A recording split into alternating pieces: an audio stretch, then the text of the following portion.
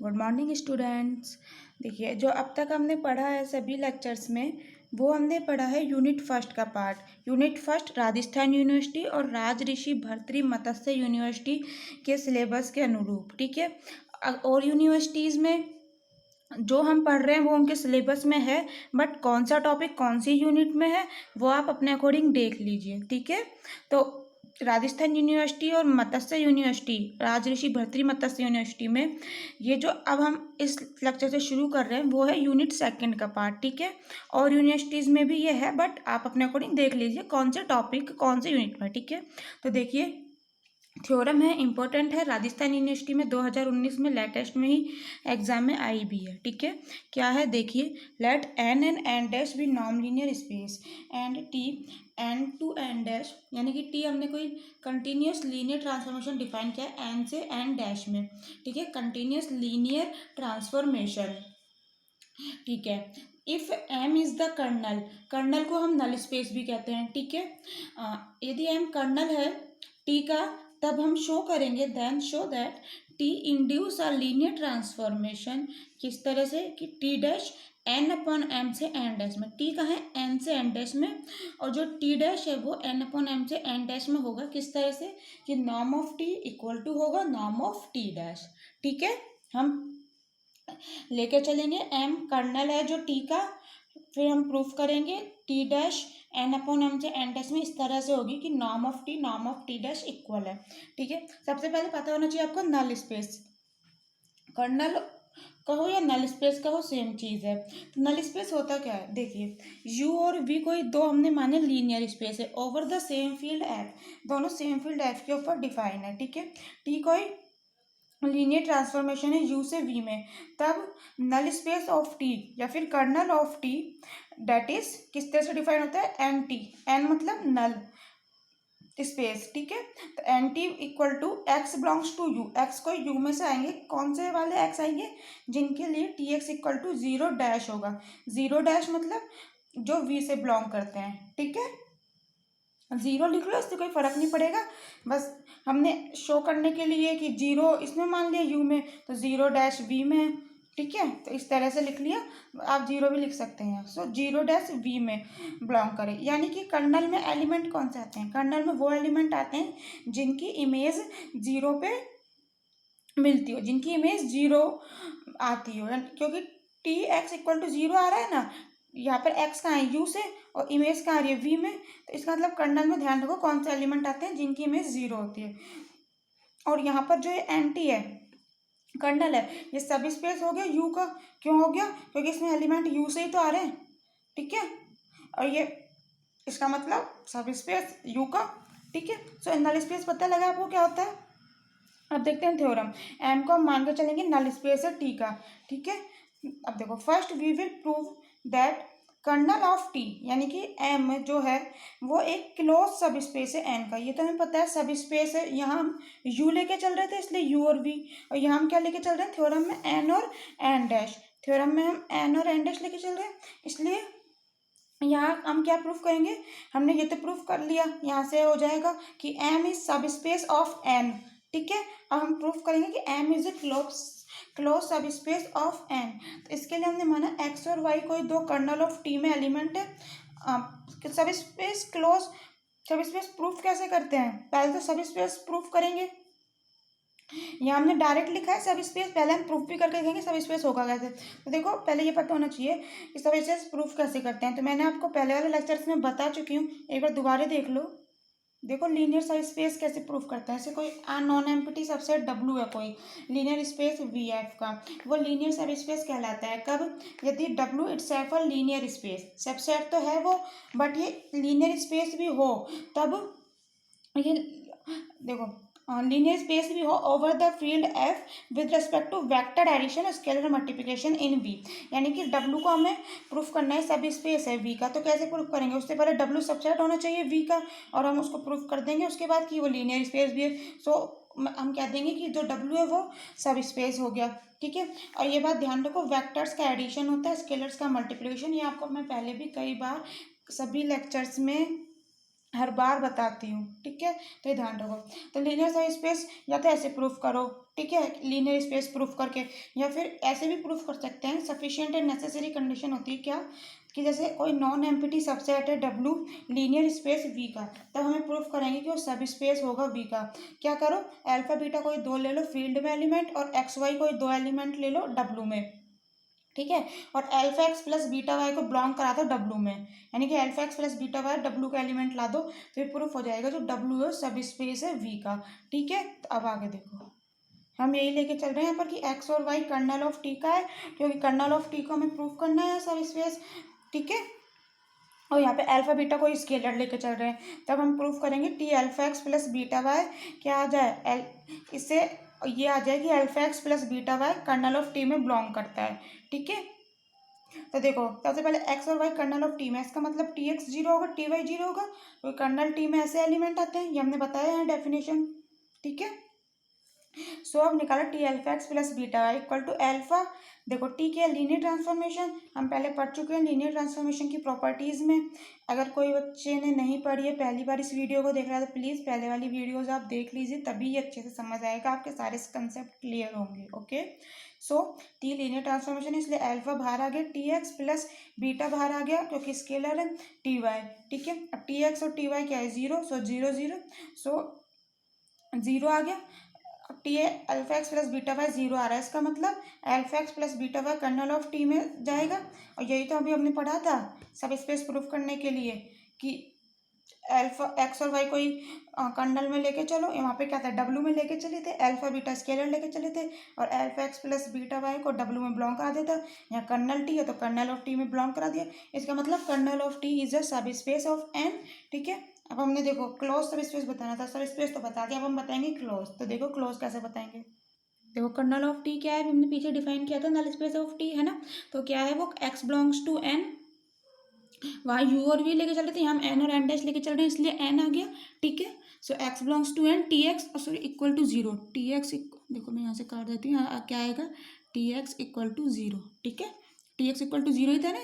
So T X equal to zero, अब देखो T x बराबर जीरो, इसको हम ऐसे लिख सकते हैं कि एक्स बराबर टी इनवर्स जीरो, बिल्कुल लिख सकते हैं, टी को इस साइड ले गए, तो देखो अब यहाँ क्या आ गया एक्स बिलोंग्स टू एन है, तो इसको हम क्या लिख सकते हैं यहाँ पे टी इनवर्स जीरो, ठीक है। तो T inverse zero kernel of T equal to यानी कि टी इनवर्स जीरो, सो इसका मतलब क्या हो गया कि T inverse equal to T inverse zero, ठीक है। और देखो ये बात ध्यान रखो, आपने पहले पढ़ रखी होगी क्या कि ईच सिंगलटन सेट जीरो, कोई भी सिंगलटन सेट है, यहाँ तो जीरो है, कोई भी सिंगलटन सेट हो, जैसे इसमें किसी में वन हो थ्री हो कुछ भी हो, ए हो बी हो, ये क्या होते हैं सिंगलटन सेट, ये हम पहले पढ़ चुके हैं, जिसमें कि जिस सेट में एक एलिमेंट हो उसे बोलते हैं सिंगलटन सेट, ठीक है। Each singleton set zero in a matric space is close, यानी कि मैट्रिक स्पेस में कोई सिंगलटन सेट है तो क्लोज होता है, and the inverse image of a close set under a continuous map is also close, यानी कि देखो इसे हमने यहाँ क्या बताया जीरो क्या है क्लोज, जो हमें इससे बताया कि सिंगलटन सेट है इसलिए जीरो, तो इसलिए हो गया वो क्लोज, ठीक है। अब हम बोल रहे हैं कि क्लोज सेट की जो मैप इनवर्स इमेज आती है वो भी क्लोज आती है, कब आती है जब मैप कंटिन्यूस हो, तो हमारी जो टी इनवर्स मैप है ये कंटिन्यूस है, कंटिन्यूस है ना, ये अभी हम देखो स्टार्टिंग में हम क्या लेके चल रहे थे T N to N dash be a continuous linear transformation, ठीक है, ठीक है कंटिन्यूस लीनियर ट्रांसफॉर्मेशन है ना, तो यही बोल रहा है कि inverse image of a close set under a continuous map is close, so इसका मतलब क्या हो गया जो ये जीरो एक क्लोज सेट है और क्लोज सेट की इनवर्स इमेज भी क्लोज होगी, क्योंकि यहाँ बोल रहे हैं, इसका मतलब क्या हो गया ये क्लोज सेट हो गया, so kernel of T equal to a close set, ये हमें यही तो प्रूफ करना था कि कर्नल ऑफ टी को क्लोज सब स्पेस हम पहले प्रूफ कर चुके हैं, thus kernel of T is a close subspace of N, ठीक है। अब देखो एक रिजल्ट है, इंपॉर्टेंट रिजल्ट है, पता होना चाहिए आपको, देखिए मैं क्या रिजल्ट है, इसका यूज भी है इस थ्योरम में, देखो एम भी a closed linear subspace of N, now M को ये क्लोज लीनियर सब स्पेस है एन का, एन क्या है नॉर्म लीनियर स्पेस, ठीक है। If the norm of a coset X plus M, X plus M एक कोसेट है, कोसेट के बारे में हम पहले पढ़ चुके हैं जब हमने कोशेंट स्पेस पढ़ा था, ठीक है, मैं आपको दोबारा बता दूंगी अभी क्वेश्चन स्पेस के बारे में। पहले रिजल्ट देखिए आप। If the norm of a coset X plus M in the quotient space N upon M, N upon M कोई कोशिएंट स्पेस है, उसमें कोसेट है X plus M, is defined by, इसकी नॉर्म किस तरह से डिफाइंड करिए कि norm of X plus M equal to infimum of norm of X plus M, ये स्मॉल एम है, सॉरी, है ना, नॉ यहाँ कैपिटल एम है, ये स्मॉल एम है नॉर्म में, ठीक है। Norm of X plus M, जहाँ स्मॉल एम बिलोंग करता है कैपिटल एम में, ठीक है। तब ये हमने इस तरह से एक नॉर्म डिफाइन करी, तब एन अपॉन एम है जो, वो is the normed linear space, and N को हम नॉन लीनियर स्पेस लेके चल रहे थे, इस तरह से हमने नॉर्म डिफाइन करी, तब एन अपॉन एम नॉन लीनियर स्पेस होगा। और if N is a Banach space, यदि एन को बनास स्पेस भी लेके चलोगे तुम, यहाँ तो नॉन लीनियर स्पेस लेके चले थे ओनली, बनास स्पेस भी लेके चलोगे, तब N upon M is also a Banach space. यदि हम एन को नॉन लीनियर स्पेस लेके चले तो एन अपॉन एम नॉन लीनियर स्पेस होगा, और यदि फिर एन को बनास स्पेस लेके चले तो एन अपॉन एम भी बनास स्पेस होगा, ठीक है। ये रिजल्ट याद रखो, सिंपल है।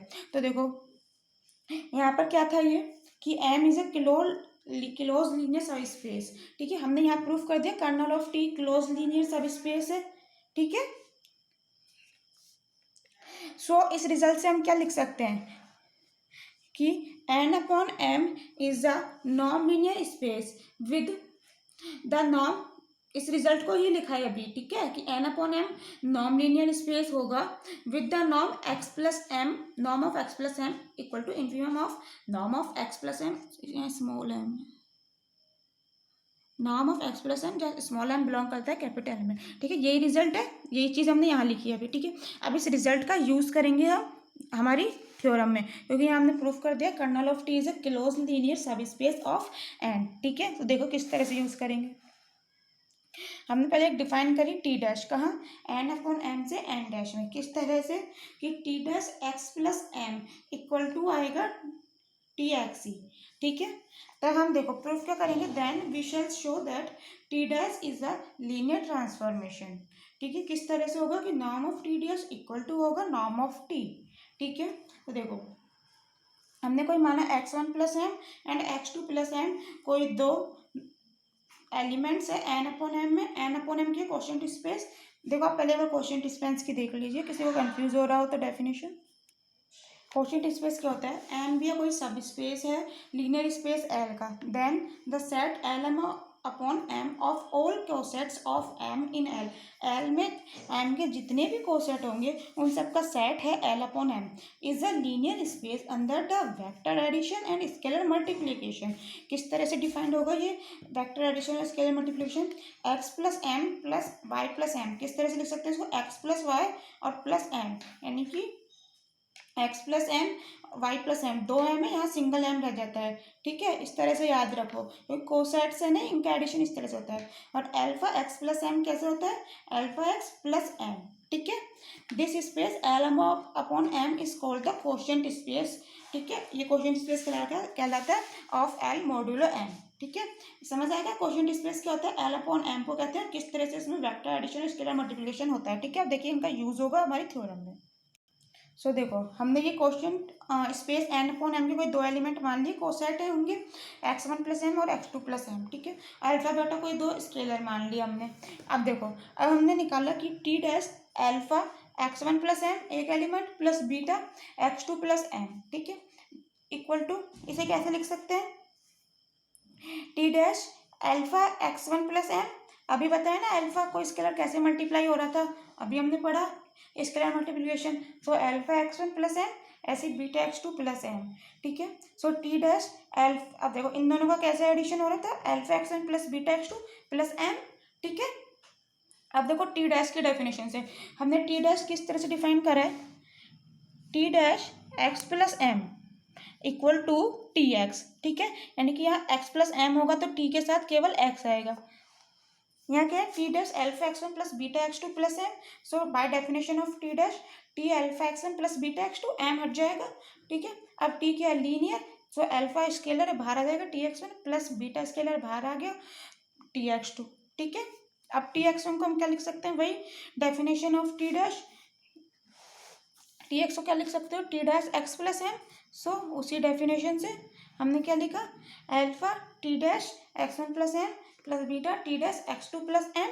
ठीक है, अब लीनियर के लिए हम यही तो प्रूफ करते थे ना कि टी, वहाँ क्या था देखो, कंपेयर करते चलो, T alpha X plus beta x2, ऐसे ही चलते थे ना हम, या तो x1 x2 लेते थे या फिर अल्फा वो xy लेते थे। देखो लीनियर के लिए मैं इसीलिए बोल रही हूँ, आप प्लीज़ पहले वाले लेक्चर्स देखिए, उसमें हमने एक क्लियर बताया है कि अल्फा स्केलर बाहर आ जाएगा, T X plus beta T Y, ठीक है, क्या हो जाएगा, alpha T X plus beta T Y. ठीक है, ये हम क्या बताते हैं कि इससे बताते हैं हम कि जो टी है वो है लीनियर। तो देखो हमने यहाँ यही तो प्रूफ कर दिया ना, टी डैश अल्फा पूरे एक एलिमेंट है plus beta x2 plus M, तो स्केलर बाहर आ गया alpha, T dash x1 plus M plus beta T dash x2 plus M. तो हमने यहाँ से क्या बता दिया, टी डैश इज लीनियर। ठीक है, सो हमने यहाँ टी डैश को बता दिया लीनियर। अब देखो, अब हमने निकाला norm of T dash. Norm की डेफिनेशन से हम इसे किस तरह से लिख सकते हैं कि supremum of norm of T dash X plus M, जहाँ x बिलोंग करता है n से और norm of x plus M less than equal to है 1। ये नॉर्म की डेफिनेशन हम पहले वाले लेक्चर्स में पढ़ चुके हैं। ठीक है, तो इस तरह से लिख दिया इसे। अब देखो, इसे हम सुप्रीमम ऑफ, वही डेफिनेशन से टी डैश की, टी डैश को टी में कैसे कन्वर्ट करेंगे, एम हट जाता है, so T dash X plus M की जगह क्या आ जाएगा, टी एक्स। अभी हमने देखा था पहले, देखिए T dash X plus M T X. ठीक है, देखो उसी तरह से लिख दिया टी एक्स, जो एक्स एन से बिलोंग करता है, और norm of X plus M को हम क्या लिख सकते हैं, अब हम यहाँ करेंगे उसी रिजल्ट का यूज।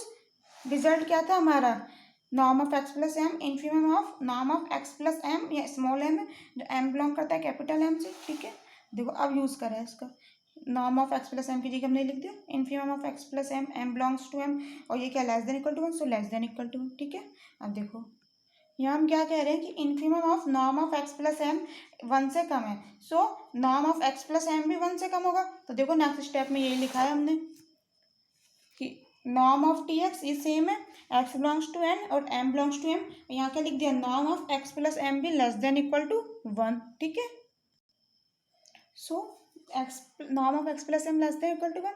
अब देखो टी एम की वैल्यू क्या है, 0। देखो क्यों, एम कहाँ बिलोंग करता है, कैपिटल एम में, यही लेके चल रहे हैं हम, M belongs to capital M.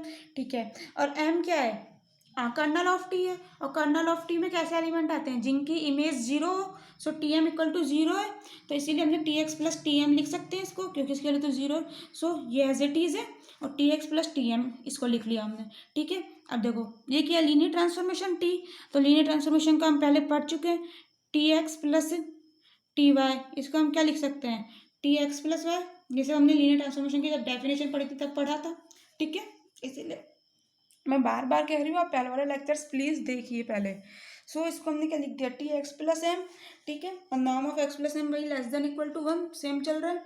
अब देखो एक्स एन से बिलोंग कर रहा है, स्मॉल एम कैपिटल एम से बिलोंग कर रहा है, तो जब कैपिटल एम है क्या, सब स्पेस ही तो है एन का, सो स्मॉल एम एन से भी बिलोंग करेगा, small M also belongs to N.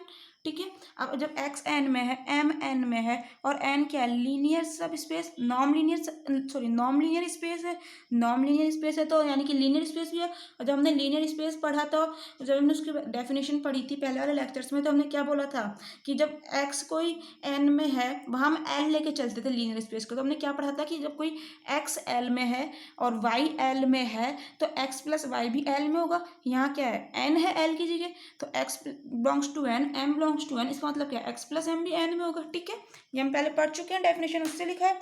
सो यहाँ लगा दो वही नॉर्म की डेफिनेशन जो हम पहले पढ़ चुके हैं कि नॉर्म की डेफिनेशन क्या होती थी।